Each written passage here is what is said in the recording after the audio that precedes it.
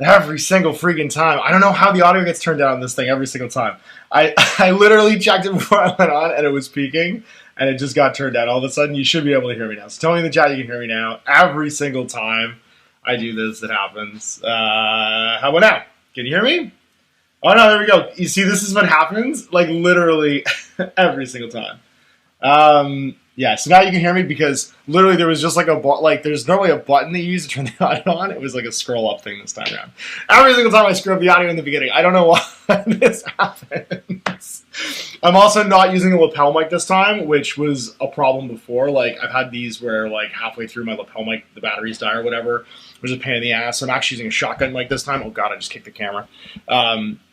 I'm using a shotgun mic this time too, which is nice because it means I don't have to like move around. And just expect that like every single time I do one of these, there's going to be some kind of like technical screw up in the beginning because I can see myself peeking. I can see I have audio on the camera screen, but I can't actually see the audio because I mute my computer. I have my headphones on and I can hear it too, and it just the live fire always screws up. So anyway, I'm back. I want to do some live streaming again. The nice thing is if I have everything like actually set up, I'll probably end up doing it. And this space is like nice and bright. It's not like where my kids upstairs go to sleep, so I won't wake them up from live streaming and stuff. And it feels like a more like finished workspace. I even organized my gaming books. Look at this. Whoa! Look at all that stuff. I mean, by organized, I mean put into piles that would fit on a shelf, which is slightly nicer, and got a lot of my like technical stuff sort of like put aside and together. So that would be fun. There's a bunch of things going on today. There's actually like a live show right now for the 35th anniversary of Warhammer 40K, which is a big deal, obviously. There was a cool like kind of retrospective video this past week where they did like a bunch of like art from the various editions, kind of showed the editions off. I thought it was neat where like they didn't actually show off certain things. Like they didn't show a lot of Rogue Trader art because they don't actually own a bunch of it. A lot of the original artists retain rights that stuff, and so they can't actually show a lot of like the stuff that's in the original Rogue Trader rulebook without like probably compensating them and stuff. So it kind of like skipped Rogue Trader and went right to second edition, but even then some of the stuff was probably not actually theirs, and then like dove into third, and there was a lot more showed in like third, fourth, fifth, and stuff like that. So anyway, today's 30 years of Mortal Kombat too, says Volcano. That's hilarious. Oh my god, that means that I was 12 when I played Mortal Kombat for the first time in my buddy's basement. I played a lot of Mortal Kombat actually, because I was more interested in miniatures, but he was more interested in video games, and he would force me to play video games. But I did play a lot of it. So anyway, that'd be fun to like watch the previews, do a live show. I have no actual plan for this apart from putting like one of my earbuds in and putting the Warhammer preview on Twitch on my earbud so I can hear it and we can see what's going on, and then answering questions and just kind of like reacting. Like, is that what people do when they live stream? They do reaction videos and stuff. This was mostly just like a camera test to see if you guys could hear me properly and take any questions you guys had about what's going on and what's new. I want to try and do this every Saturday morning or every other Saturday morning maybe, and just like catch up with what's been happening in the week in Wargaming, because there's obviously lots of stuff happening in Wargaming this week, and lots of projects to get done. So yeah, I'm gonna let some questions pile up in the chat, and we'll see what's going on with the big preview right now.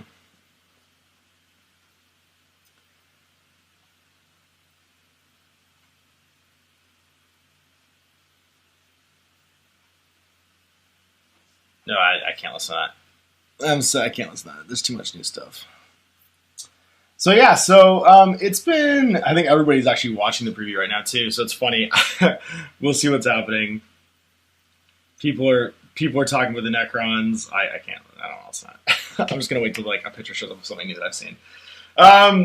So this week obviously I checked out the Lumineth Realm Lords book. I checked out the Sons of Behemat book. I checked out the Magic the Gathering Commander decks, which were kind of neat. That was my newest thing. Those two books are pretty interesting. It felt like both of them were about going a bit wider game design-wise than going deeper, which is kind of new. especially from the point of view of like how they addressed like the balance issues in the Lumineth one. So if you haven't watched the review yet, obviously it's up online.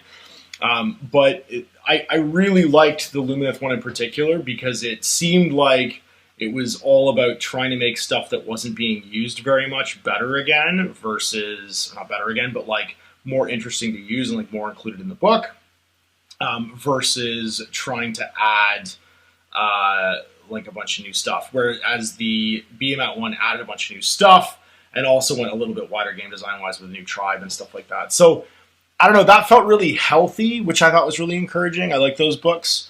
Those were kind of like a fun like look into some of the design philosophy in AOS, where they're not trying to make something worse or more points. There wasn't like a ton of shifting in that. It was more about looking at the whole line of models and being like, people own these hammer guys and they own these wind riders and they own these miniatures. How do we make them fit into like a larger mix of, you can make a wind army, or you can make a stone army, or you can make a whatever army. And there wasn't just like a best in show. And I kind of touched on how the Gloomspite Gits did that really interestingly, and Owen was able to make like a bunch of different Gits armies, like a troll army, infantry horde army, a like hoppers army, and they were all different and all kind of had their own thing to lean into. So I thought that was really cool with the Lumineth book, and I'd like to see more books do that. Unfortunately, not every book has like the unit selection that the elves now have to do that, but it felt like more of a Corvus Belli approach to game design than a like 40k approach to game design, because 40k seems to be all about trying to like address power imbalance through like having you take less stuff, if that makes sense, like changing a fundamental core rule or making things more or less points. Whereas the AOS one didn't tinker so much with like the value of things, but tinkered more with their role within the army and like what they could do and stuff like that. What else we got here? You know, some vids on gaming conventions and wargame shows before Christmas. I mean, maybe. There's not really a lot of big conventions coming up. I'm going to be at HalCon. I'm going to do some videos from HalCon in Halifax, Nova Scotia.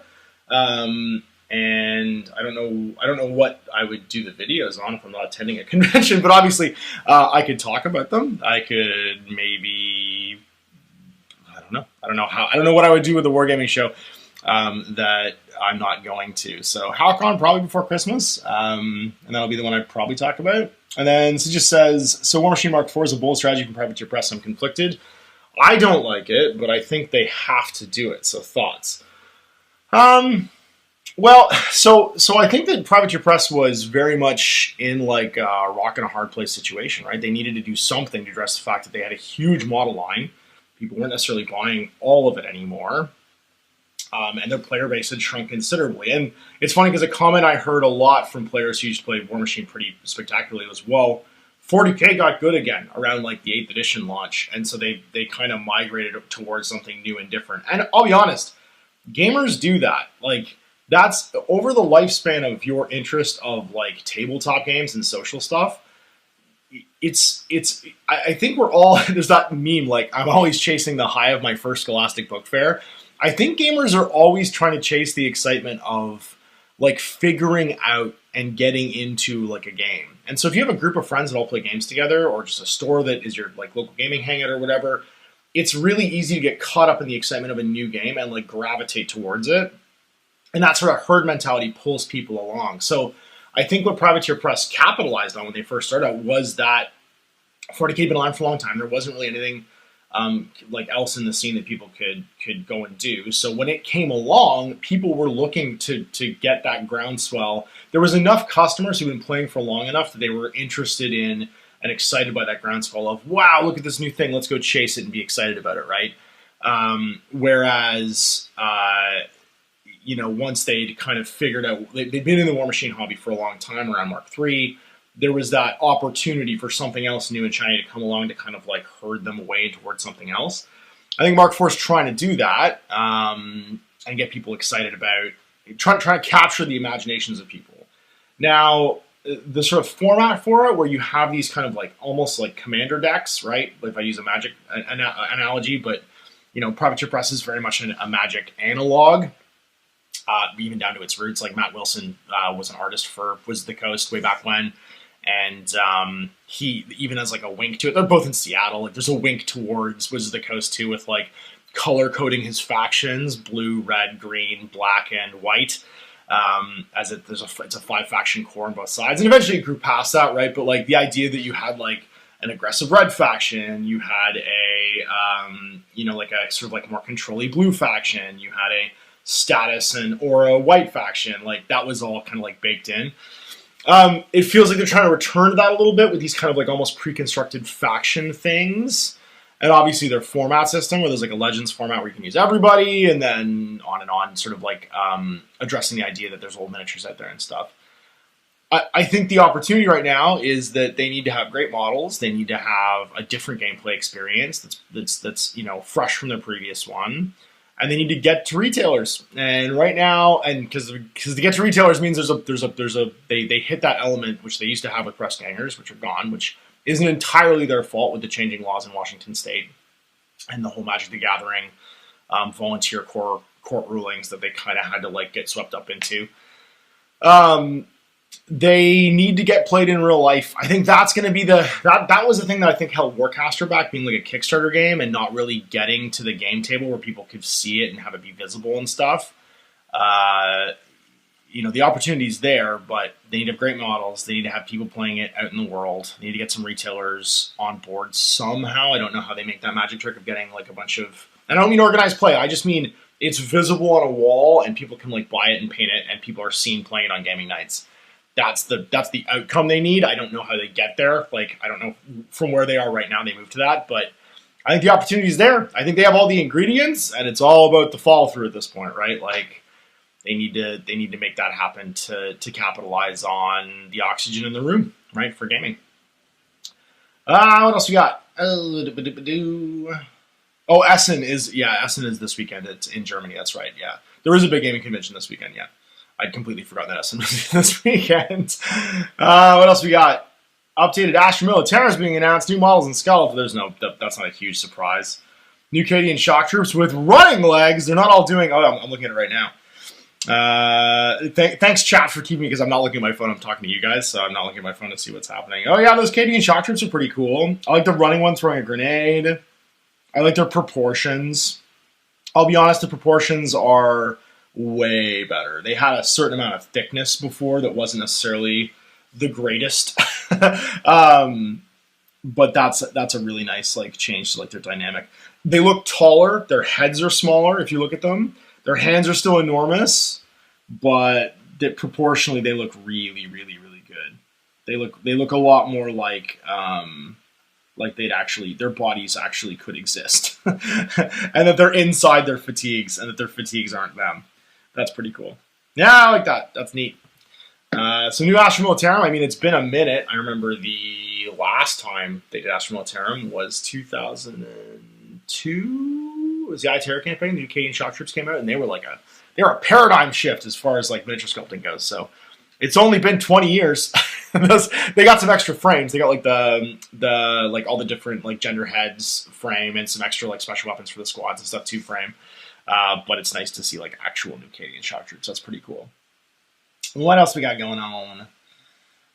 Lazy Pirate Painting says, are you going to do any new Kings of War content now that the Big Red Book is coming out soon? Yeah, that'd be fun. I'd love to do some more Kings of War content. Chase played Kings of War quite a bit. He's actually painting up an army right now for... we're probably going to play the Dragon Rampant / one-page rules Age of Fantasy, maybe even Saga Age of Magic. He's doing an army based on old school Battle Masters like Empire miniatures. He's got super excited. He keeps sending me pictures for it. So I'm hoping that that we'll get to play some more like sort of off-brand fantasy in the near future. Mike and I really enjoyed playing Age of Fantasy last weekend, and you saw the first game for that this week. That was a lot of fun. Just dusting off models that we're not doing anything with right now. And what are your thoughts on the new Mantic Plasticus, the Empire Dust and the Ogres? The Empire Dust are really cool. I actually hadn't seen the Ogres. I'll have to Google that. I didn't know they'd done the Ogres, but I have an Ogre army for Mantic's Kings of War, and I really like that. Ogres, Kings of War. Let's see if I can pull up something that looks cool. I think I've seen all these before. I'm not seeing anything super new. It looks like the Grakmagog's still there. I don't see any news and rumors of anything that looks too different. But they are great miniatures. Maybe in the news? No. Oh, there's a Goblin Slasher. He's pretty cool. The Warband Booster. No, I've seen all these before, I think. The Giant, Hunters. I've got all these guys. Is that a new Warriors Regiment? No, I don't think so.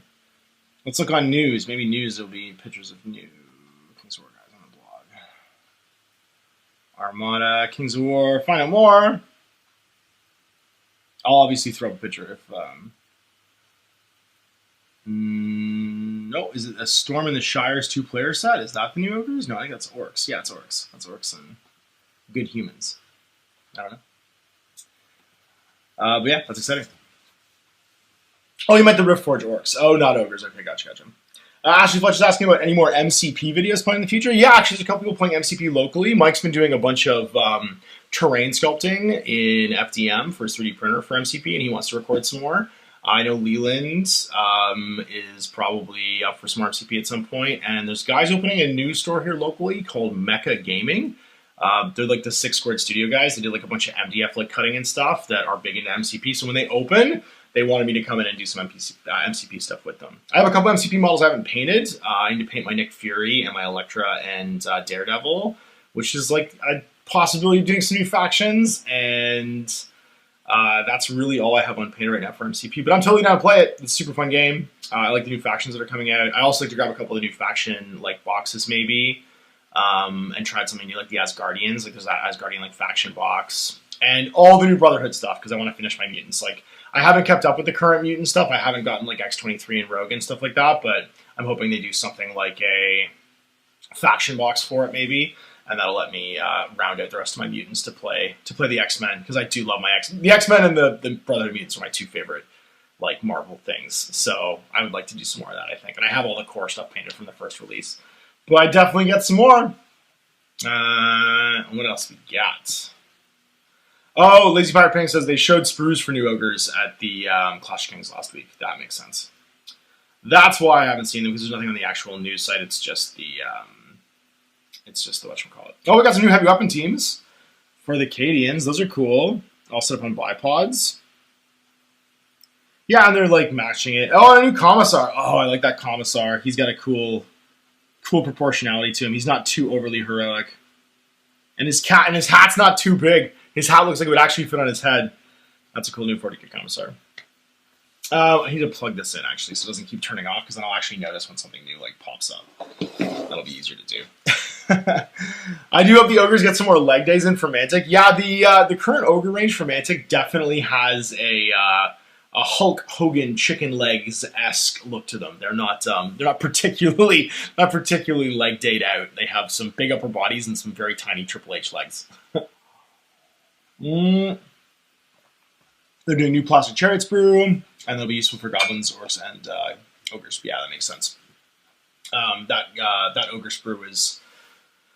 Oh, geez, how old now? Probably... They were the new army when I started playing Kings of War in 2nd edition, and that's probably 7 years ago now. So they've definitely gotten their time in the sun. It's probably time for them to get new ogre sprue. That'd be super cool. They have Chuck legs this time. They have Chuck Norris legs, not Triple H legs. Yeah, that's pretty accurate, I think. I would definitely like to see some new miniatures down that line. Wow, the new Sentinel's cool. Holy moly. New 40K Sentinel with autocannon and chainsaw arm. That's funny. It has a little bit more of a Dreadnought look to it. That's an interesting take, actually. As opposed to being quite so like, what's the word? Quite so... like just like a walker. It's a little less mech and a little more Dreadnought now. It also has a weird butt battery sticking at the back of it. It's some kind of gimbal to like counterbalance the weight. Oh, and I like the armored cockpit. That's cool. I think everybody has audio view from the turret. Maybe you're muted. I'm getting it's showing that I have whatchamacallit. It's showing that I have closed captions, which means there is audio. That's going to be my new thing. If I see the closed captions pop up, I'll know I have audio. And I'll screw it up just 80% of the time now as opposed to 100% of the time. That's cool. No, I like that. The armored cockpit actually makes that Sentinel look really, really cool. It looks like a Locust. It looks like a BattleTech Locust, actually. A lot like a BattleTech Locust. If the guns were just not on the chin, I mean, if it had like one chin gun and then it had two like pods up on like the shoulder mounts, it would look exactly like a BattleTech Locust, which is neat. I like that. Cindy's asked, speaking of dusting off old models, have you been following the progress of Warzone Eternal? I'm excited to see what Brian comes up with, but the fate of the Warzone edition has really hinged on the rules. Yeah, that's true. So Brian and Chris Setna from Use on Minis have kind of been keeping me in the loop on that a little bit. And yeah, it looks neat. I'd be excited to play some more. I mean, I like the idea of like a skirmish level Warzone. I don't think I'd be super into trying to play like a 40k scale Warzone again. I think Warzone was at its best in like early second edition. That's when I really played Warzone. Chris and I played Warzone. Actually, after it was out of production, but we played the second edition stuff where like your armies were maybe 15 miniatures. And it was super action oriented. Like every individual model did different actions, and that was at a time when third edition 40k was like the current edition of 40k. So I really like the granularity of that edition of Warzone, where like a guy in a squad could like run, climb a wall, throw a grenade over. Another guy could like move and like look around a wall and choose a machine gun. Like everybody kind of did something different in the squad, and that looks like where it's going. So yeah, I mean, you're right. Most editions of games don't typically start off hinging on the rules, but the principle of like the core game mechanic, I think, is still pretty important, and I'd be excited about that. I'd be excited about a version of Warzone where it's almost more like MCP, right? Where you have individuals kind of like running around and fighting, maybe a bit bigger than MCP model count wise, but where it's a little more granular. Because I like the story. I love the story. I'd like to see a return of like that. There's some really cool concepts in the Mutant Chronicles universe that I feel like don't get leaned into enough. Like the idea that they can't have computers, right? Because the dark symmetry like infects everything, and you just can't have a certain level of technology anymore. And like how weird Cybertronic is with that. And they have to have these kind of like clockwork almost like machines, or like piston driven machines, or punch cards or whatever, to keep the machines from getting smart and getting infected by it. I think that like leaning heavier into the things that make Mutant Chronicles not just seem like a different 40k, I think would be good, and not try and do too much fan service to like the look and feel of the original, because it's very 90s and it's a bit dated. But to get like a fresh sort of take on that same universe, I think would be awesome. Actually, Corey, if you go look right now, there's a video of me opening the 40k Commander decks. Wizards of the Coast was nice enough to send me one of the promotional boxes, and Cash lost his mind because it came in like a giant Munitorium shipping container. And I opened them actually and filmed a video of them last night. I wasn't allowed to open the box until yesterday, so getting to actually open the box last night, I then recorded it and then put it out there. Oh man, look at some of these. Whoa, what is up with these guardsmen? These guardsmen look like chaos cultists. I'm just jumping back to the stream for 2 seconds, and there's like a piece of art on the screen where these guards. One guardsman looks like she's licking the blood off her chainsaw. That's crazy. So yeah, I did get the thing. Bring back Game of Thrones, please. I'll be honest. The problem with that is finding opponents. I don't have any local opponents right now playing A Song of Ice and Fire. I know retailers are carrying it. The pandemic kind of messed up all the distribution in Canada, and I think it made retailers who had a bunch of product a bit nervous because they were sitting on older product, and then there was a long time they couldn't get new product in. So I've been to one retailer in like the region, not like local to me, but like in the region that's had it so far, and it's all the product from like a release ago. They have like 100 boxes. They have like 10 each of like Bloody Mummers and like Zorse Riders and stuff like that. And they don't really have. They had some of the releases too, but they brought in a way smaller amount, I think, because they were sitting on the old stuff. So I think that some of like the pandemic churn of like not being able to get stuff or having stuff be not super well supported because of like shipping problems and stuff. And then also there was a bunch of muttering about the fact that the cards weren't good anymore because they keep updating the cards. It's all played through an app.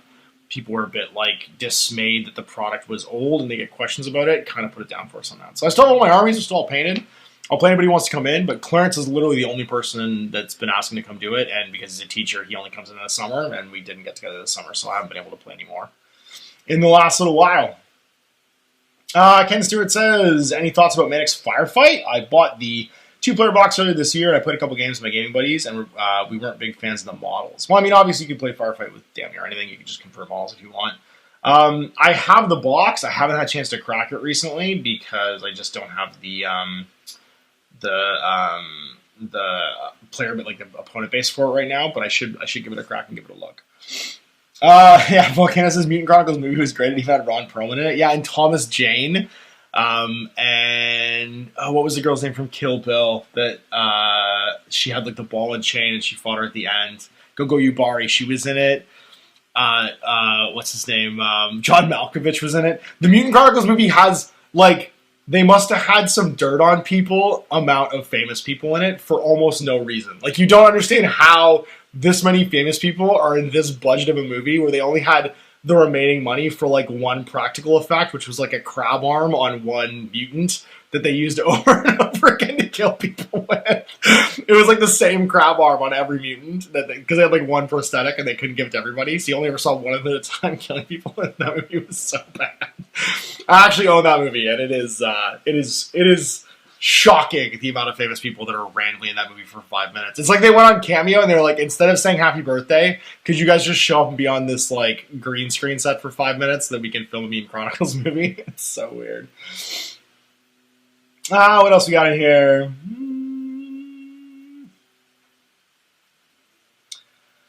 Matt Hinton said a free Curse City mini. Curse City free mini. What's a free Curse City mini? I didn't realize they're giving away free minis for Curse City.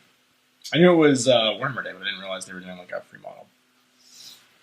Sinji said we did what we could with Warzone, but it was not destined for greatness. Really hoping the 5th or 6th time's the charm. Yeah, it's hard. I mean, anytime a game does that, and actually this kind of like rolls back to what I said about War Machine earlier, is anytime a game has to go through that dreaded cycle of distributors or stores have too much of it, they have to discount the product and get rid of it. Their customer base kind of like fades to nothing. And then it comes back around that a new company picks the product up and goes, oh, this time's the time. There's only so many times distributors and retailers want to hear that. And you kind of have to rely on people having never heard of you or enough time having gone by to get yourself back into the market.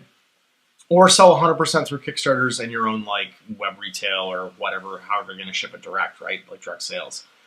That's hard. That's a really difficult thing to overcome. And I think that there are probably a lot of really solid remakes out there that are still dead on the side of the road because they couldn't get over that hurdle of getting back into the market. Like you couldn't break back basically down that wall of, well, unfortunately, we've seen this movie before. We've gone through and liquidated your product before.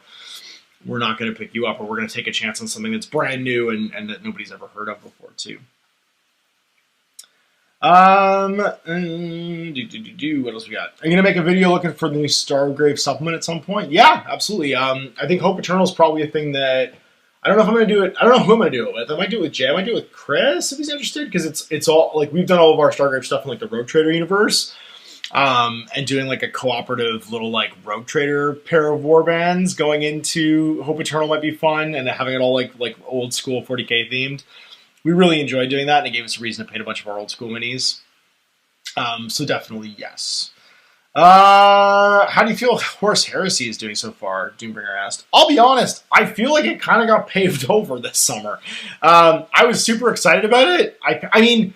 And let's be fair, I had a huge advantage that I had all this stuff early and I painted my army early, but nobody really came and wanted to play it afterwards. There's tons of people that wanted to play other things like other GW games like Warcry and Kill Team and 40k, but the releases kind of paved over all that hype from the spring, and I was expecting more of a summer of Horus Heresy, and nobody really like caught the bug.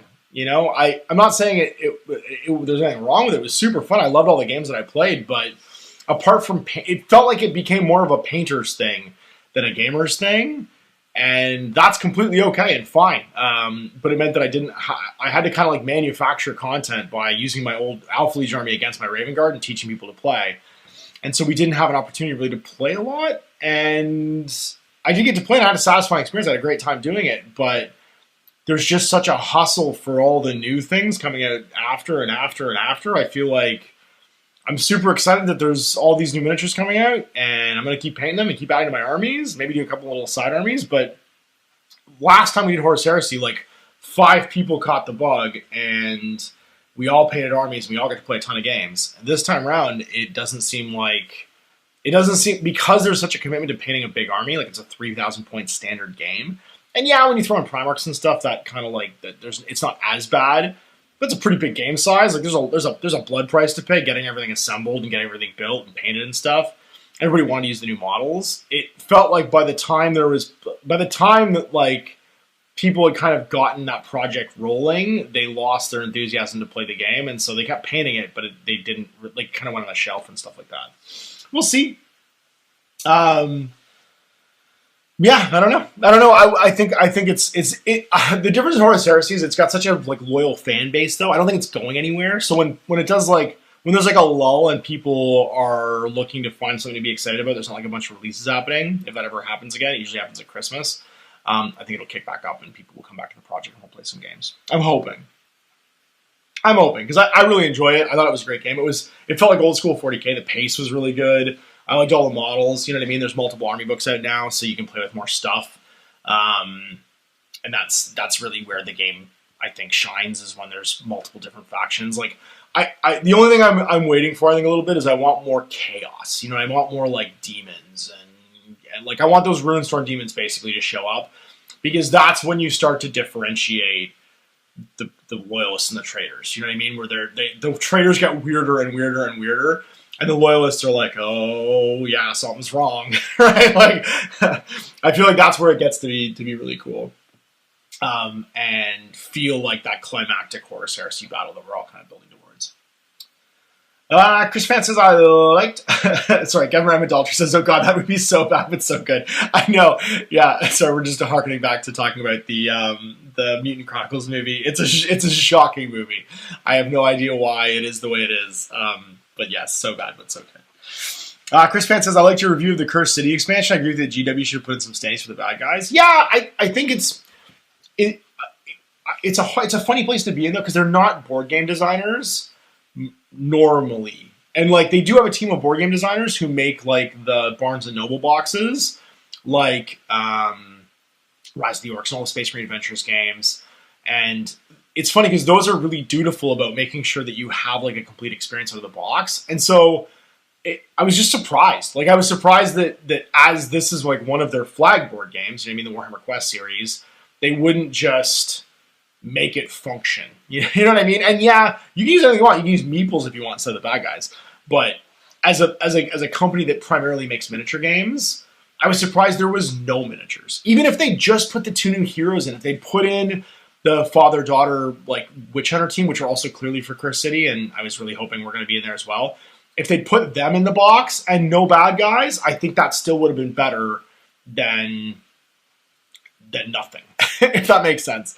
And even just have like the first act of the campaign, just have those 2 in it, and like what comes in the Cursed City box. I think there's a way of having written that box set to make it less painful that you didn't get the 5 bad guy heroes and the Fellbats and stuff like that. There was a way of structuring it. It would have taken a lot more work to give like a miniature, you know what I mean? So at least you have 2 new heroes, and then a start to playing the game, and then the DLC is the next decapitation. You go buy one of these vampire heroes, and then you can play. And I think that would have been a lot more palatable than just, here's an expansion, go buy the models to use it. And that to me felt like, not just, I don't think they did anything wrong.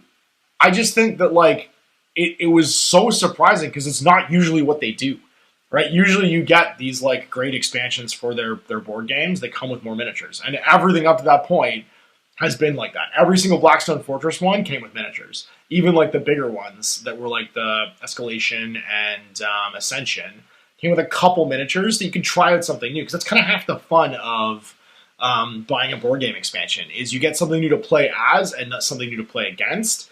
And yeah, and I was just surprised that they didn't come in there. So I think there was just multiple paths to that, and they picked one that probably was the most expedient, but maybe didn't resonate with me as a consumer the best. What else we got here?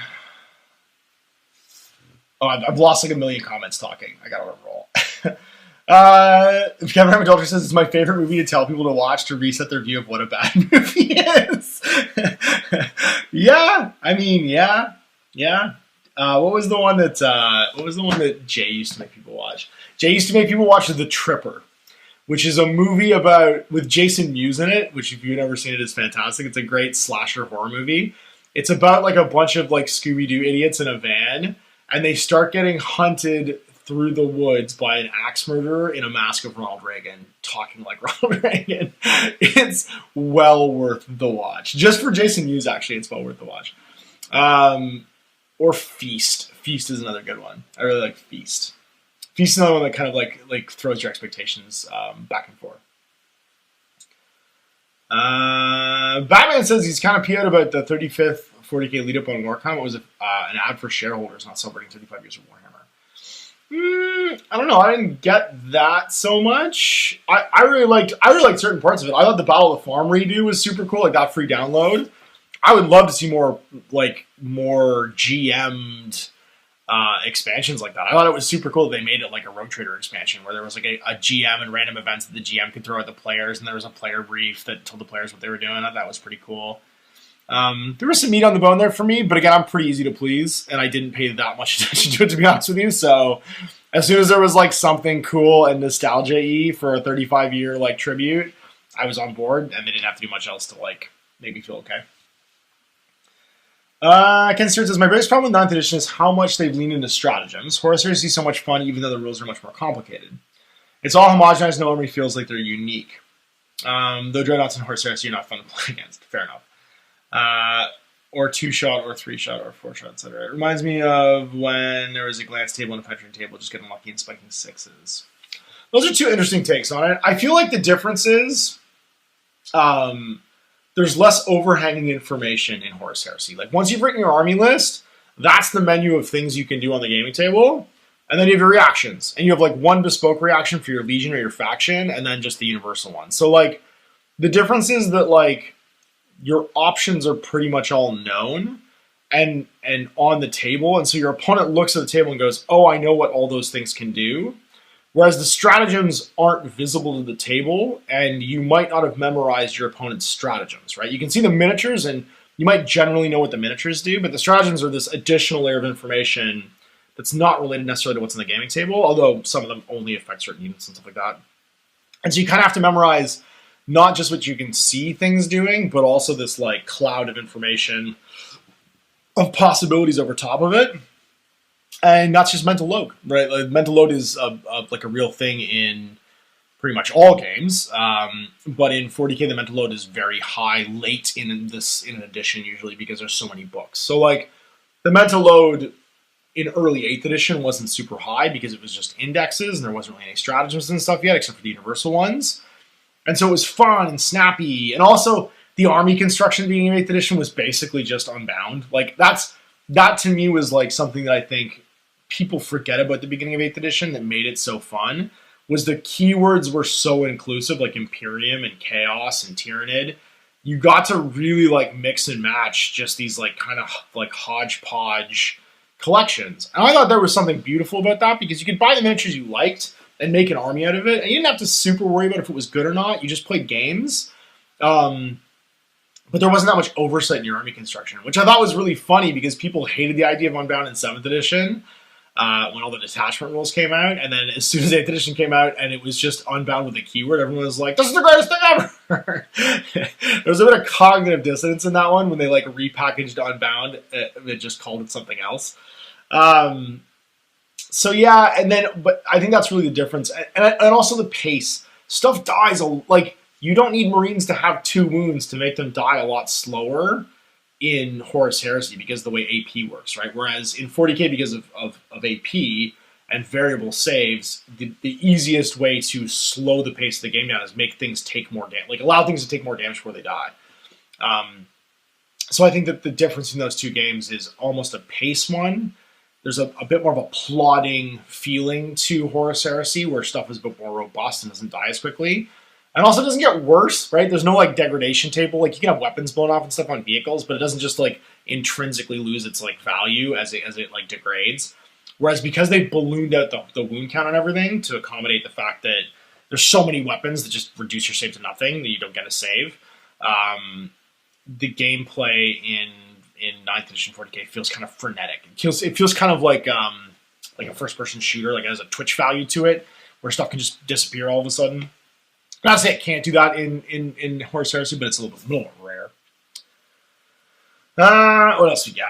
You want a definition of what a bad movie is? Track down a film called Carnage for the Destroyer. Any movie where they defeat the monster by singing Manowar to it is worth a mention on this topic.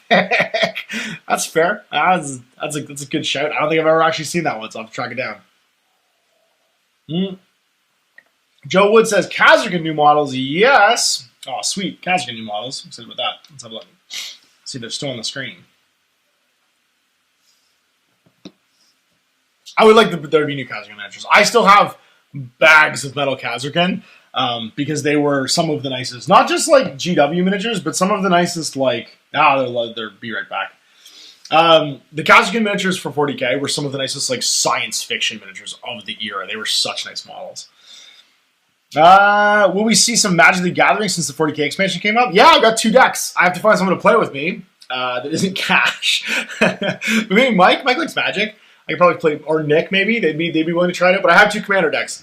Now, don't expect anything of me in that regard, but we could definitely play a couple games of Magic. I'd have to rig like a camera, like an overhead view camera that would work. I mean, I could use the review camera that I have to like play it. Ideally, I'd need 2 cameras though rigged like that. I only have 1 right now, but I could definitely rig something where we could play Magic and throw down some games and try it out. It's really cool. If you haven't checked it out, I did put a review up today of the promotion pack they sent me of the Mutatorium like container, and I love that it's like they didn't necessarily just make like 40k themed Magic cards. They went through like the library of all of Magic and found appropriate cards and like reskin them for 40k in a lot of cases. So a lot of the characters are new, like the creatures and stuff like that are new. The token cards that came with are really cool, but they didn't like try and like reinvent the game. So there's familiar things. There's like a soul ring for the Necrons and stuff like that. There's a bunch of cards that are like familiar old like Magic cards that have been like, oh, this is super appropriate for this faction. We'll put it in this faction and theme it this way. So I thought it was really cool. I love the fact that the entire Necron faction is a black artifact deck, which was really cool. Like that they're like a death magic, but all artifacts at the same time because they're all robots. Magic is such a robust game because you can really drive into a theme and have it like have a gameplay impact.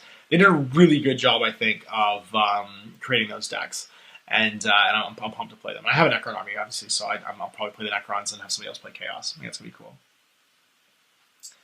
What else? Ash plays EDH. What's EDH? Ragnar says, I feel like we blew right by that sweet spot. I feel like there should be a middle ground in Warhammer 40k between all the bloat, which gives an army a scene uniqueness, and not needing to juggle 1,000 rules. Yeah. People have asked me like what my fix would be for 9th edition or 10th edition. I honestly think that you could just make stratagems a part of army selection. If you pare down the amount of like stuff that is required to be in your head to like 4 things, like have it be like a game size related thing, like at this game, and then there's not so much stuff to remember too. At like 1,000 points, you can take this many stratagems on top of the universal. At 2,000, this many stratagems, and then you can just like you just have them next to the table, and you and your opponent both know what you have, and then you wouldn't have to reprint the army books, and I think you would create a more manageable mental load if people didn't feel like they had to memorize them all. And your opponent could just deal with 3 cards and be like, these are my 3 stratagems for the game that I can do on top of the universal ones. And it's like, I can turn on this guy's gun, I can repair somebody extra good, and I can bring a guy back with my apothecary. That would I think, like, just unjam, I think the like, sort of like, the huge, like, I would say like landslide of rules that you feel like is looming over you if you could just pare them down as part of your army selection. And they still exist for that metagame crowd who like the idea of like comboing them and womboing them. But as soon as you give that metagame crowd a parameter of you only get X or Y, I think it massively shifts the sort of like dependence on them, and it massively shifts the the reliance on them to make an army good too, because you just kind of like select out of them, and you self-select some out too, because like if you don't have the unit they relate to, you just don't care about them all of a sudden. I don't know how that would affect the pregame ones, but I would say that that's just a price you pay. You know what I mean? It could be like 3 at Incursion and 5 at Strike Force, and that way, if you have to use the pregame ones now in match play, like to buy your command traits and buy your artifacts, then you're just deciding I want to have toys over things I can do during the game, and again, it just streamlines and makes it easier. I think that's a real simple fix to try and get that bloated there. But then without because you always have to figure out a fix where you don't have to like rewrite all the books all of a sudden and like have people throw out a bunch of content they don't want to throw out. That's probably what I would try and do to like skin that in 10th edition, is just make a format change where how you select them and what they are changes in the core book. And that would like just take the weight off basically of how much information's there. Have I played Dungeon Universalis? I have not, although I've seen some promos for it. I have not played Dungeon Universalis. There was another one too that was, is it like League of Dungeoneers? I think was the other one I'd heard tell about. These like sort of like what's the term? Not ancestors. They are successors to Warhammer Quest. There's a bunch of them out there right now that are kind of like looking to be sort of like spiritual successors to those games. Oh, those are cool. I'd be excited about that. Christian Stewart says, "Speak up, turn up your volume, dipshit." I'm allowed to talk to him like that. He used to live in my guest bedroom. I'm surprised how much I like the reactions in Horus Heresy, especially the ranged ones. They really add some interesting decisions to the game without bloating it too much. Yeah, I think so too. I think there's a like lesson there they were trying to learn of like give people some agency during the reactive turn. Because the big thing about any kind of war game where you are trying to take the sort of like the inactive player's turn and make it interesting is what do you give them to do?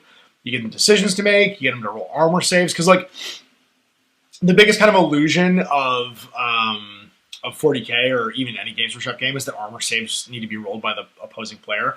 It just gives you a feeling of agency. It literally doesn't matter who rolls those dice. A lot of times, other games where you want to play on a clock, they move all those operations over to the active player. Like Kings of War, which we were talking about earlier, is a good example. There's no dice rolling done by the inactive player in Kings of War, and that makes the inactive player sometimes feel like stuff is just happening to them. But the whole intention is you can play the game on a clock, and there's no operation you're waiting for your opponent to do, which is fine. It's just it's not an interactive feeling opposing turn all of a sudden. You're kind of like dipped out of it.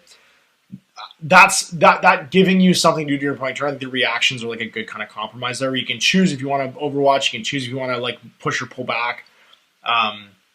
All of those things I think are like an important sort of like. What's the term, like add-on to a game system where you don't just feel like you're sitting there taking damage, right? That was a criticism very often of War Machine. There's a few interactive rules like counter charge, I think is the only one I can think of, where you could charge somebody or counter slam even. There's a few times where like you could do stuff during your opponent's turn, but in War Machine you could basically just walk away. I remember I wanted to go to War Machine tournaments and sit and build infinity miniatures while his opponent's turn was happening and not do anything, which is really funny. Eric says, sort of has asked already, but you know when the Battletech Alpha Strike box set's coming out? I think November is what they said at Kerensky Con, which was last weekend, which was like the invitational like Battletech thing that they did. I'm pretty sure it's November. When they sent me the box, they said Q3, which would be over now. No, which would be over already, which would have been September. But fall, basically, was I think was the intention, so probably in the next few months. Hopefully next month. Have you played Saga? Would you consider Saga Age of Magic because you already have fantasy armies you gather to play with? Yeah, I do want to play Saga Age of Magic. The only problem is I can't get the rulebook.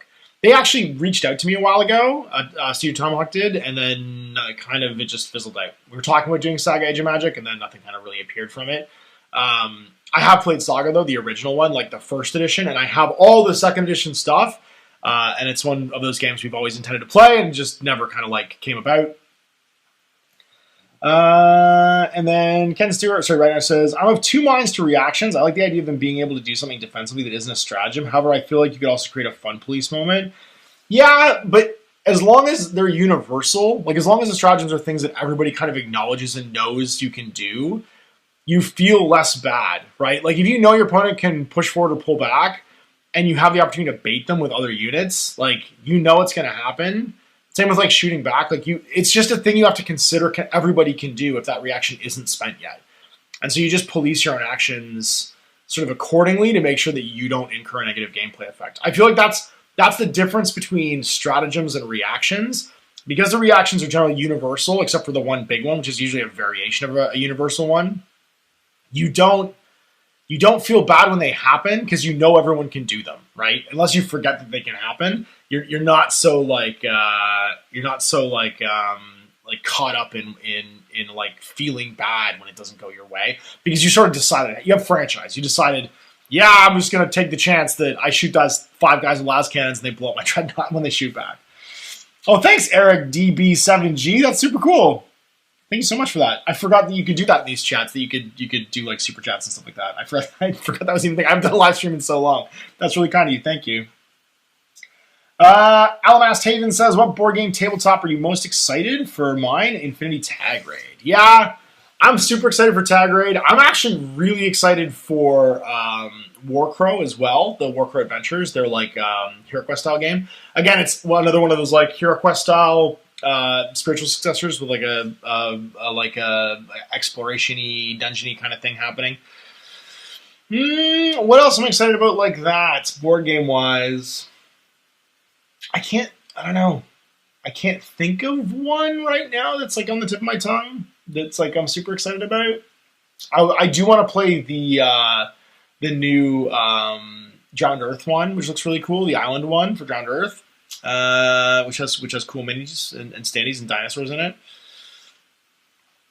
I'm excited. So one of the things, it's funny because you guys will never see this, but one of the things I did this weekend, or this week with Jay, was he ran an advanced fighting fantasy adventure, and I really enjoyed it. I forgot how much I love fighting fantasy, and you guys probably saw this online. Sorry if I don't face this. I just realized because I'm not using a lapel mic, if I turn around, you guys can't hear me. I've started playing the first one, but I also have this. I had Secrets of Solomon, the new Steve Jackson 40 Years of Fighting Fantasy book that I'm playing through. I'm actually kind of excited for the new D&D. I want to do some stuff with RPGs. I really liked playing through Jay's little Advanced Fighting Fantasy campaign. I thought it was super fun. And yeah, and maybe if I sit closer, I'll be a little bit louder.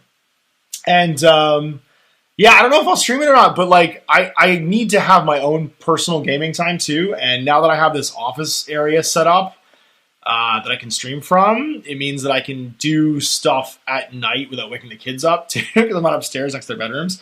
And I don't feel bad about like hanging out with my friends online. So I think I'll probably end up doing more of that stuff in the near future. Stuff that's like just for me and maybe isn't streamed or shared, which I know sucks to hear for you guys, but I need to have a hobby too, on top of like what I'm doing right now. If you don't have your own personal hobby, then it sucks all the joy out of what you're doing all the time.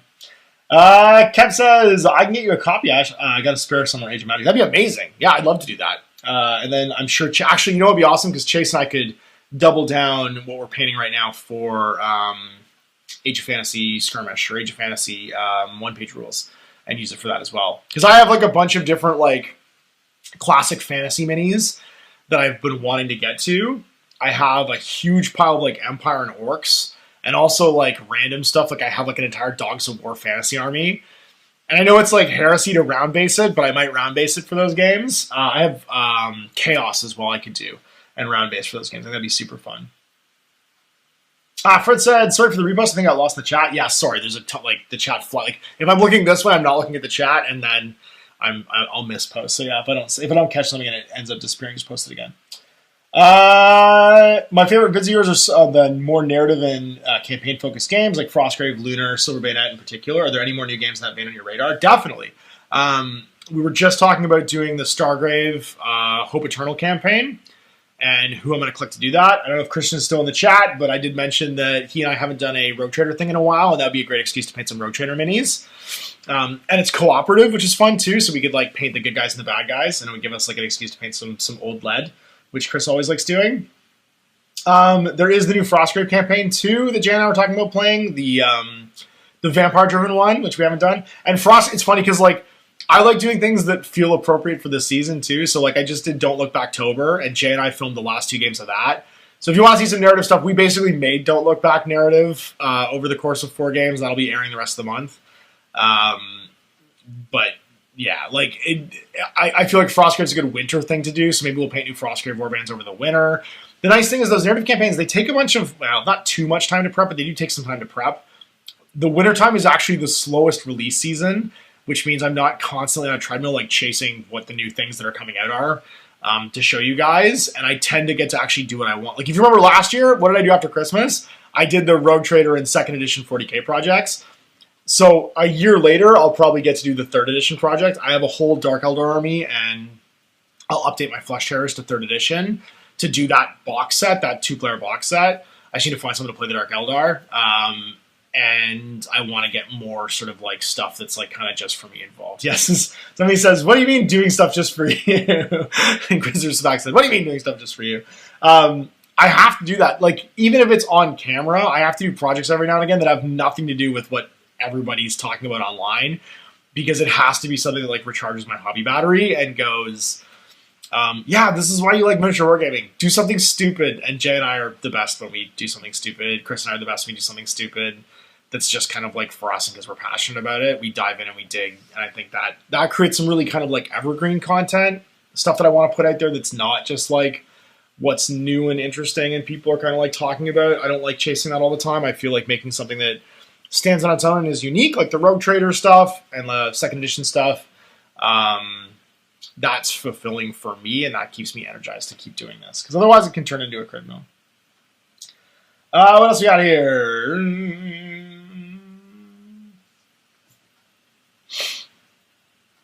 Any interest in new plastic Blood and Plunder stuff? Yeah, definitely. The new player box set looks really cool.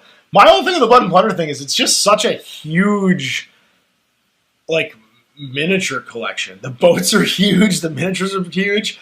I'd love to do that, though. I'd love to play some Blood and Plunder and do some piratey stuff. I feel like that's a good summer thing to do. I don't know. It's weird. I kick off, like, themes-wise. Douglas Hooker says, your reaction to Leagues of Odin a radical rule change before most people have even touched the codex seemed measured to me. Yeah, I think it's interesting. I mean, there's a lot of like takes on that. That video has like 1,200 responses or something like that. And I think a lot of them came down to, there's a lot of people like, this is a terrible take, this is a shit take. There's like, and I had to sit through and kind of read through all that and think about a bunch of things. Because when you put something like that online, I don't do that very often. I don't rant online very often. I hate being negative because I'm pretty easy to please. I'm really easygoing. And I wasn't really being negative about anything that happened. It was more the unintended consequences of what could happen if you start down the path of allowing the consumer to sort of like force change early on. And I think the best example is like the Honda Civic analogy, right? If Honda's going to release a new Civic, they usually talk about it. They showcase it at car shows. They put the specs for it online. And inevitably what happens, Honda Civic's one of the most popular cars on earth. All the people that like modding Civics will start exploding about like why this has changed or that's changed or this will make it, more difficult to make it a street racing car or whatever it ends up being. But Honda doesn't then change things for the street racing crowd, right? Honda just puts the Civic out because most people just drive their Civic until the wheels fall off. And that was kind of how I felt about that whole video. And people are absolutely entitled to their own takes because all the takes on that video are based on how that individual person approached that situation, right? Like, if the thing that they were made most concerned about, or they personally were most concerned about, was the balance of the game, then of course they felt entitled to that apology and that was the right thing for Games Workshop to do.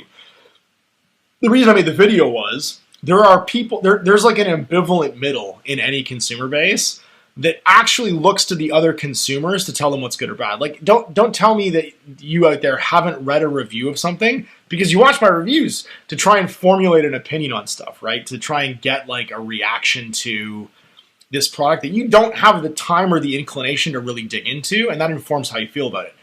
When there's an outrage and then the company sort of like reacts to that outrage, what happens is it legitimizes it to that middle ground of people. And influences them. And that's why I think you got a ton of comments in that video that said, like, I'm not a competitive player, but I really care about balance because I don't want to get shot off the table in the first turn. And as just a person who looked at the situation kind of unfolding, my thoughts were like, but that never happened. And now it will never happen because you might not even ever play with the army, or you've basically made fact something that never really occurred in real life, because there's a bunch of things that need to happen for something to be overpowered. You have to know how to use it.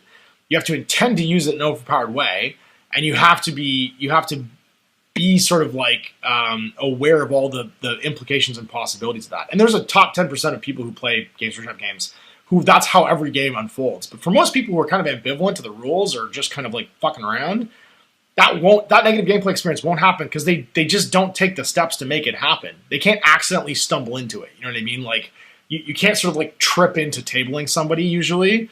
And I don't think the Leagues of Votann were going to do that. Because there's some setup. There's some like 1, 2, 3, go to make all that stuff happen. Right back to building your miniatures in a way that capitalizes on all that stuff. So and that was really what I was trying to point out, is just you're basically legitimizing a thing and saying that a thing would have happened that the Codex never got into the wild and had happened. I don't think there's anything wrong with balance. I don't think the Games Workshop shouldn't do erratas and balance their books. And I actually say that all in the video, which is funny because most people watch 3.5 minutes of the video until they hear a thing they react to, and then they stop the video and they go and they make a comment. That's what happened, I think, most of the time when someone made a comment like that. Because I never say, don't balance your games. I said, make your products and then put it out there. And I think the differential just would have been if they'd waited until it was out in the wild and gotten some response, not just from people telling them what was going to happen, but from it won a bunch of tournaments. Because that's actually what their MetaWatch says they based all of their rules changes on. They based the rule changes on factual data of how things are doing in tournaments and trying to get it as close to that 50% win rate as possible. But that will never have happened now. The possibility of it happening got precluded, and that was the weird thing because it was just super out of character. So, getting up on a soapbox every once in a while gets you a whole lot of responses. I had to just put my phone down and walk away at one point because it was just blowing up. And it was a lot of hot, spicy takes. But I think that, like everything, I think a lot of people watched the video up until the point where they had a reaction, and then, or until I said something that led them to make a bunch of more assumptions about what I meant, and then made a comment. And that goes both ways, not just people that were like, this is a shit take, but also people that agreed with me, because a lot of what I said, I think maybe isn't just like aimed at being a casual person either. It's about just taking a balanced view of like, whoa, what's happening? This has never happened before. Like, why is this happening? And what does it mean? And what are the implications of it? And that's why I told that story. So yeah, it was a spicy take, I guess, for some people, but it was super interesting. And I loved reading all the comments. It was a lot, and pretty big. So we'll see. The fun, stupid, and stuff keeps me coming back. That's cool. Other people saying, is anyone else not hearing me? No, there's closed captions, which means that the internet can hear me. So I don't know. As long as there's closed captions still popping up on my screen, I know that the volume is there. So maybe turn it off and turn it back on again. I don't know what to say. Chase Patterson says, oh, I should have kept my army on square bases. No, you're fine. I was just telling everybody, Chase, about your Battle Master set that you're basing up to play Age of Fantasy with.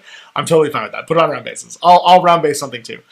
I have enough square base stuff still that even if I put a bunch of it on round bases, the square base stuff won't matter. And if we play old enough Old Hammer, then it's irrelevant.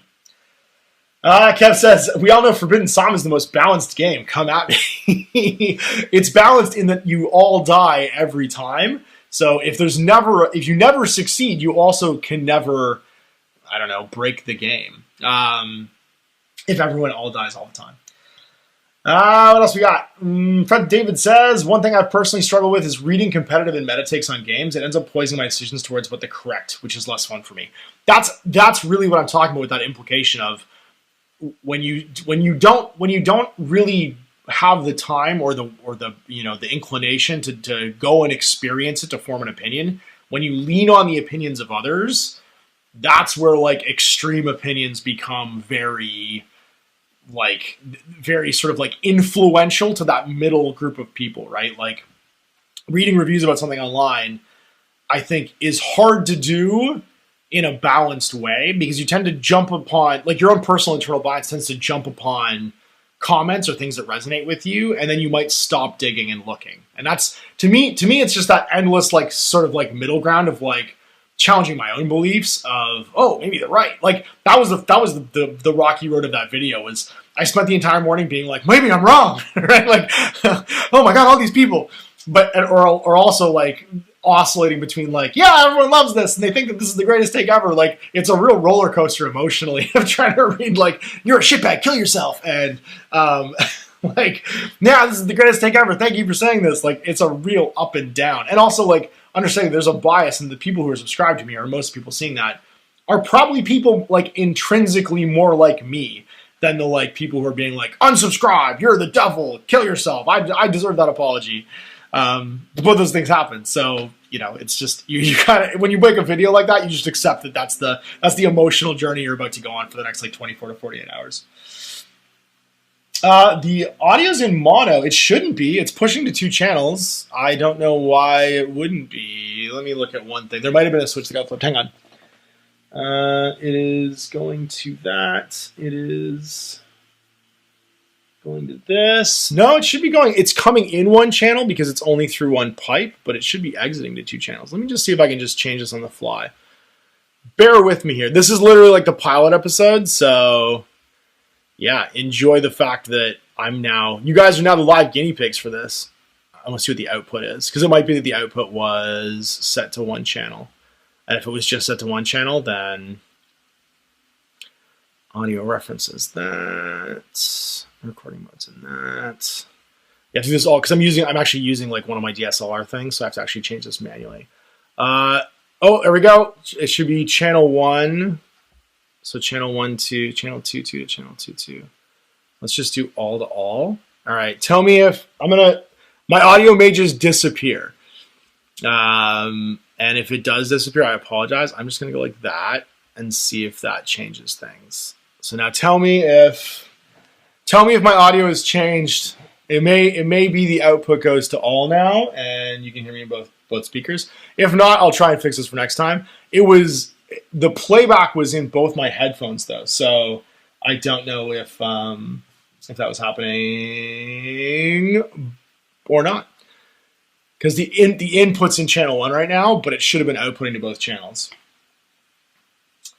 We'll see. All right, so let's go get... Oh, Jay's in the chat now. Sweet. Jay's in the chat. Everybody yell at him. I'm just sick of GW releasing OP books to nerf them in 2 weeks with an FAQ. Actually, maybe I can also fix it. If it didn't get fixed, I also may be able to fix it in the audio playback settings for this. 1 second. Change audio. No, I don't want to change the audio. I want to just see the audio. Audio channels. I can map the channels. Oh, I can only map the channels in Pro. No, I don't want to map the channels in Pro. I should just be able to map them going in then. Actually, maybe my shuttle can do it. Can my shuttle do it on the fly? Let's just see. What can you do here on the fly? Intensity Shuttle Pro. You input audio, embedded, channel 1, channel 2. No, it just says it should be going out because it's coming out through HDMI. Yeah, I don't know. I'll try and fix it later. I'm not going to try and fix it now that you guys watch me do that. That's terrible. Everybody's singing some auto. Michael R says, now I sound British. Yeah, we're the test subjects. I feel like the creatures of bile. You are. I can also up the decibels on this, probably. Let's see if I can just up the analog video output levels. I can try and update it. We'll see if that happens. I'll listen to the recording of this going into the future. I'm peaking at like 30 decibels, so it should be okay.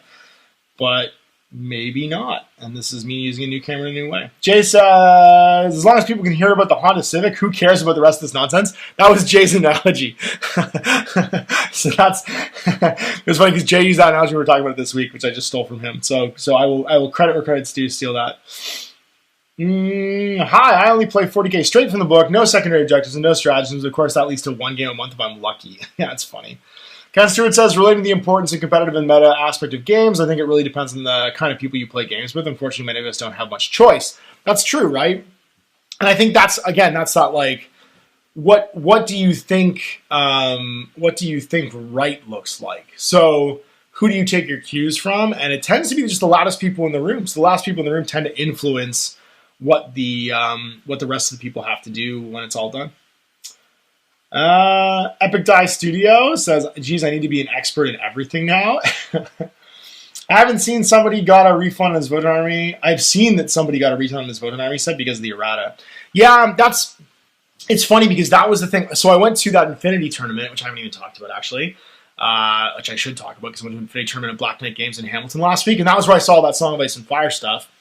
And that was the comment one of the unintended consequences is you have people who pre-ordered something coming back into the shop and saying, well, it doesn't do what I thought it did now. I was really excited with this thing I thought it did. And that's also, I think, partially the fault of like shitbags getting their hands on a copy of the book and posting up online like a month earlier.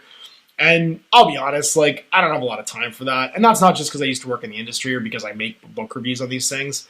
I just feel like if you know that you're doing something wrong, if it feels like you're doing something wrong, you're doing something wrong, right? Like, let people who make the stuff be in control of how this stuff comes out. And like, I think that was a big part of that problem too. But for the independent retailer to go like, well, do you want your money back? Like that doesn't feel good for them. And those people are customers too. Like a game store that orders in Games Workshop stuff, they're a different kind of customer. They're a customer that buys it to resell, but that made that kind of customer feel differently about it as well. And when we kind of tie back to that parable of like Warzone and War Machine, like that how the retailer feels about what they just went through is a big deal for the consumer because their likelihood to bring in an army box next time for you might go up or down based upon that experience, right? So there is an unintended consequence to not just the end user, but also like the retail customer when their customer comes in and says like, yeah, I don't want it anymore, give me my money back because it doesn't do what I thought it did. It's not super powerful anymore. And that's going to happen at some point. I don't know. We'll see.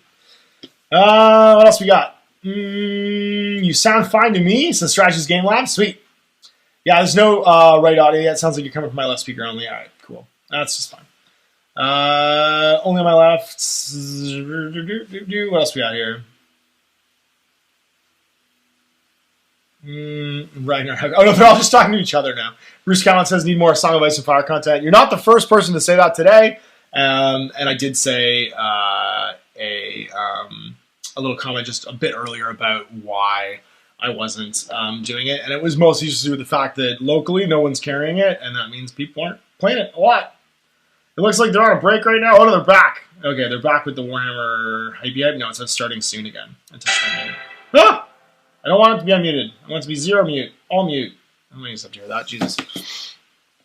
So yeah, we were just talking about the Votan thing in that video and a little bit more about just kind of the consequences of that. And yeah, I think it's interesting. Ragnar says that MS, try playing old objectives from previous editions of the game with the current codexes, like the Relic from 5th or 6th edition, and it becomes very interesting. I can see that. It's funny, like, I'm almost curious to play that Battle of the Farm mission because I wonder what it would have felt like to play a GM'd narrative experience with like current 40k armies. I think it's kind of an interesting like it's an interesting sort of like parallel where you have this kind of like fairly competitive rule set now and you try and like mash it back into being something a little more RPG. I wonder if like using the kill team rules would have been better for that. I feel like kill team might have handled it better, but there are a fair amount of orcs on the table for that. It'd be interesting. Christopher Fan says, I enjoyed watching you play this Stormtide for Legion. The campaign for Legion keeps it interesting. Yeah. I will say that I really enjoyed Stormtide as well. I liked the idea of like having your guys like improve and get better and try and like do mission objectives that weren't just like stand in place, push button. That's like an entire other up on a soapbox rant. how if you like walk into a game today or like observe a game happening, it looks so different from even just like 10 years ago. And there's all these like circles on the table and it feels more like a game of Counter-Strike where you have to stand in a certain area and defuse the bomb, right? It's all pushing buttons in circles. That's an interesting. There's a whole thing there. I had like 3 ideas for like up on a soapbox kind of style videos, but they're all relatively positive. It was more like how like the culture of like video games, like a League of Legends style stand inside aura do thing game mode has like slowly crept into tabletop gaming, and that need for like symmetry and balance. And the other one is about gaming mats. I think gaming mats changed the world 10 years ago and really opened up tabletop gaming. And I think that a lot of the growth in the tabletop gaming market has to do with neoprene gaming mats. And I have like a whole like thought bubble about that I think is like worth a video by itself. And it's funny too, because I feel like the neoprene gaming mat also is no longer going to be a thing for much longer because of the way that worldwide shipping works and where the manufacturing for them is. It's harder and harder. There's going to need to be an alternative to neoprene gaming mats, even after they were so influential and like changed everything. What else we got here? Tabletop Painting says, I miss the days when Jervis and Andy used to try to one-up each other on codexes. I mean, they came out pretty hot on the gates with the 2nd edition Space Wolf Codex. It was a high bar. The 2nd edition Space Wolf Codex was basically like an army of heroes, and you could tell that it was like a labor of love. It was also the last Rogue Trader Codex, so it kind of was like pre-written because it was published in White Dwarf 157 in 2 parts, actually. I think it was 156 and 157, which were 2 of my first White Dwarfs, and then was immediately kind of done for launch, right? Because they were giving it, because Rogue Trader at the end of Rogue Trader was basically 2nd edition if you use the vehicle manual and the battle manual, which we showed. So yeah, well, it's funny because like one-upping codexes, I mean, it still seems to happen, but I saw a really interesting video recently by, I don't watch a lot of YouTube videos, but somebody linked it in that like takes video that I did, so I ended up going and watching it by this guy, Arbiter Ian, who does those like lore and 20-minute videos where he like explains the whole game. I actually quite liked his YouTube channel. I thought it was really cool. He did a lot of cool sort of like retrospectives, which I enjoyed. Like it's not necessarily fresh content to me because it's stuff that I pretty much already know, but I love that it's out there. It feels like really good evergreen content for YouTube because people can get this kind of like condensed look at the history of stuff. But anyway, he did one where he was like trying to talk about how game balance is like this impossibility. And he went and like physically counted how many like data slates are in 40K and unit entries and did some like rudimentary math on like what it would take to try and account for every possible configuration of every unit in the game. And there was something like over 4,500 units in the game at this point that were unique in an army list. And it's like, yeah, how do you do that? How, when it comes to one-upping a codex, like how do you not just like kind of just throw it out there and see what happens? Because no one's ever going to break what you make like the world, right? When you take something and actually put it into the world and give it to like tens of thousands of people, it gets stress tested in a way that you could never possibly do it internally. Like, I don't care what you say about proper playtesting. There's a 0% chance anything is as well playtested and any like exploits are as easily found as when you put it into the wild and put it in front of like tens of thousands of people. But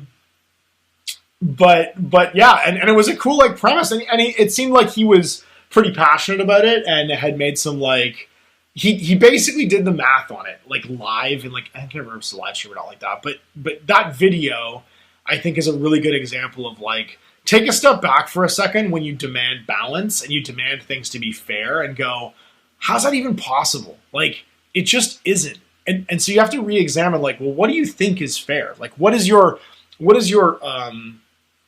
like definition of fair? Is it that we have the same chance of winning? Okay, but maybe I'm better at the game than you. So did we ever have the same chance of winning? And then that same argument goes to like point values. And actually Mark Shoemaker made a really good example of like of what points actually are. Points are how long the game goes, not whether or not it's fair. Because if points were all of relative value, then 200 points of one thing would always have to be 200 points of the other thing, and you could put them on the table and they'd be able to interact with each other in a balanced way. And that's just not the case. If I take 200 points of like guardsmen and put them up against 200 points of like obliterators, the obliterators are probably going to like just destroy the guardsmen before they ever got across the table. So points aren't relative in value, right? You have to actually kind of wrap your brain around like what are points actually doing here? And typically the points are typically just deciding how robust is your ability to take damage while still operating the mechanics of the game, right? Like how much stuff do you have? So I think Shu's point of like, yeah, points are just how long the game goes on. How many chances do you have at completing the things that lead to victory? I think is a good way of like wrapping your brain around it. I think it was a really insightful observation of like what points do. And lots of game systems just eschew points right now. Like, I think there's some really wise observations in the new kill team, because the new kill team isn't point driven. But they do a compare, like a lot of people who examine kill team for like balance point of view, they do an action point analysis. How many times do I have an opportunity to do things? And how many wounds do I have in my team? And that seems to be where the design team has taken their balance cues from, is what does your total wound pool look like relative to other teams? And how many goes do you have over the course of a turn? And they even built in a balancing action point mechanic with the Overwatch system, right? Where even when you're out of actions and your opponent still has actions to do, you get free actions commensurate to the actions that are happening in front of you in an interactive way. So there's different ways than balancing than points. There's different ways of approaching game balance than just how many guys are on the table, right? And I think that's like that's a valuable sort of like insight into looking at how the game works. Holy crap, you guys have been going. Since that throwaway comment about one up each other on codexes that caused me to like go off. How long have we been going, by the way? How long has this stream been going? Actually, I can tell on Wirecast. Let me look. I'm going for an hour and a half. Oh my god, I have to get all of my day. I should go take a shower. I'll take a couple more questions, then we'll wrap it up. Because I've been going for 90 minutes already, and this is a big long one. And this was just a proof of concept. I've managed to like actually show that I can do a stream. It didn't fail, which is nice because everyone's not in online learning anymore. It seems like I've never actually lost fidelity and stuff. The picture looks good, and we'll figure out the audio issues to try and increase the gain on this mic so that you guys can hear me better. Because it's a shotgun mic, you should be able to hear me just fine. That's a decent Rode mic. It's not like some cheap like thing I got at the store at the Walmart. Amnesia says, are those Necromunda books behind you? How do you feel about how GW are handling Necromunda this time around? It seems so different how they treat their other games. Yeah, those are all Necromunda books. All of those are current Necromunda books right there. And those are Warcry books, and those are Relic Blade books, and then those are The Hobbit and Battletech. And that's Rogue Trader down there, which I keep in a sealed box so that it stays nice. And this is all Osprey books and like indie books. And then those are my books. And there's D&D books down here. That's all old Warhammer Fantasy roleplay books. Actually, you can't see that because it's behind the chair. It's all old Warhammer Fantasy roleplay books down there. I don't know. I feel like they're still making content for it, which is a good thing. They didn't just let it kind of like peter out and stop. And they're introducing new things. There's like 3 zones to play in now, right? The Wastes, the Zone Mortalis, and the Sector Mechanicum. All 3 of those feel like fun, different ways to play, where we just kind of had the Sector Mechanicum before. There's a lot to it, and it has that RPG element, which allows you to dive into it. I feel like they're treating Necromunda the way that Wizards treated 5th edition D&D, which is just to try and give people more stuff to do and more places to do it in. And that feels healthy and good. Like, it's pretty evergreen. I don't know. And I like the campaign books they're doing because they're kind of out of, like, room to introduce new stuff. So I like the idea that they're introducing new ways for us to play with the stuff we have and, like, unique characters and kind of telling a story of, like, well, now we've like, given you all of the places to play and the things to do on this planet. What's actually going on in this planet in regards to, like, the greater, like, Imperium and stuff like that. So I'm excited about that. I think that's cool, and I want them to keep doing it. Douglas Hooker says, the Imperium magazine has been cool for fueling my non-GW ideas for me. My Space Station Zero squad is made up from Sister Spirit and Mechanicus track thing that's going to be used in Stargrave. Yeah, for sure. Ron Ramirez says, hey, Ash, do you plan to do guides on how to paint minis, or is that out of the question? No, I'll be honest, my miniature painting is for me. I do on the paint table where I talk about how I paint things, but, like, I would never be able to keep up with how many miniatures I paint and how much I do to, like, do all the other videos I do if I recorded my painting and edited it. There'd be no way to do it. Like, it'd be too much. It's one or the other. There's no way to keep up with it. I need to paint to relax. I need to paint in the spare moments that I have in my life, which means I don't have time to, like, set up equipment and, like, record and stuff like that. I do like, one-off, like, technique videos, like, for terrain and stuff like that were pretty popular, but I'll do it for when there's, like, a project like that where I think it fits. I don't tend to do it for just anything around it doesn't. My workflow is so intense that there's no real way for me to do it in a way that is conducive to still making what I make today. What else we got here? It's interesting. Sorry, Jay Griffin says I'm never going to understand why the race car wasn't more points than the thimble in Monopoly.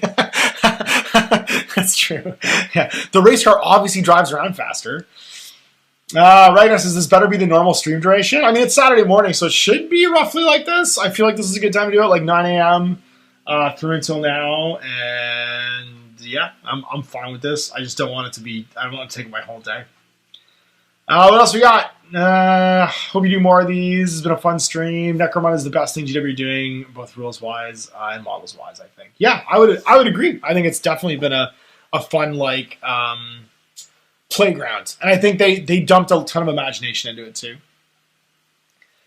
No, it's because I went for a run before I did this. So it's not calm funk. It's because I went for a run this morning and then sat down and was like, I wonder if I can get this camera to work. And then was like, oh yeah, Games Workshop's doing a stream thing. So I sat down and had my coffee and I made the camera work mostly. And then decided to do like a random stream. I had to update all my software because I hadn't used it so long. So I had to upgrade Wirecast, install new drivers. I had to update my Blackmagic shuttle, my capture card, my shuttle to do everything. But it seems like it's all working, which means I can talk to you guys and actually like stream and do things and talk to the camera. So I'll probably do these. I'll do like a weekend Wargaming like Saturday morning show when I can, and then when I can't, I won't. And then yeah, maybe I'll do these like every now and again. I'll just pop on and do a weekend Wargaming. So stay tuned. I'm an agent of chaos.